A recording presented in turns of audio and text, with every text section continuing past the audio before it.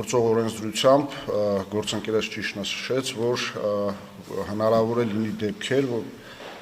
որևէ տնտեսվարող սուբյեկտ վերցնի մեծ քանակությամբ եւ պայմանագիր կնքի նախարարության հետ այդ չափաքանակով եւ փաստացի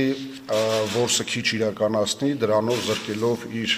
գործընկերներին կամ այլ տնտեսվարող սուբյեկտներին տվյալ չափաքանակը քիչ օգտագործելու կամ ընդհանրապես չօգտագործելու համար։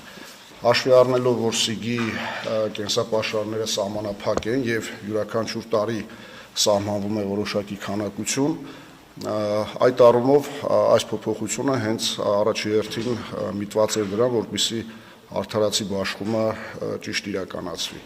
Ընթացակարգը իրենից հետեւյալ կերպ է իրականացվում,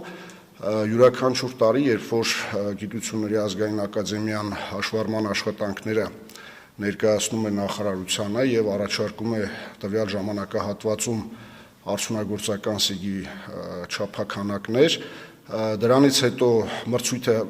հայտարարություն է լինում նախարարության պաշտոնական կայքում հայտերի ընդունման հստակ ժամանակահատված տրամադրելով, այդ ընթացքում դիմումատուները ներկայացնում են իրենց հայտերը եւ յուրաքանչյուր հայտատուին չափաքանակը հասնում է ըստ իր կողմից ներկայացված ձկնորսների քանակի։ Այսինքն, եթե բաշխումը հենց այդպես է իրականացվում, դրանից հետո պայմանագրերը կնքվում են եւ արդեն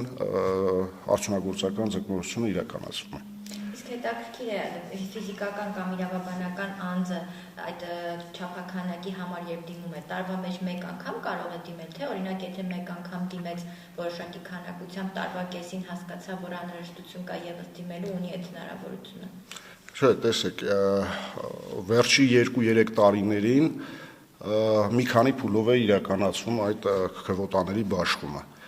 Կոնկրետ 2025 թվականին 3 անգամ է տեղի ունեցել քվոտաների բաշխում եւ Գիտությունների ազգային ակադեմիայի կողմից ներկայացված ժամանակահատվածի համար։ Կոնկրետ վերջի հայտարարությունը, որ եղավ արդյունագործական ձկնորսության, այդ ժամանակահատվածը հոկտեմբերից նոյեմբեր ընկած ժամանակահատվածներ, այսինքն նոյեմբերի 20-ին արդեն իսկ արդյունագործական ձկնորսությունը Սևանա լճում դադարում է կապված ՍԻԳ-ի ձվադրման ժամանակահատվածի հետ։ Այսինքն ձեր հարցին պատասխանելով ասեմ, որ կոնկրետ վերջի 2-3 տարիներին այնպես չի եղել, որ ամբողջ տարվա համար մեկ անգամ քվոտա է սահմանվել եւ դրանով բավարարվել ենք։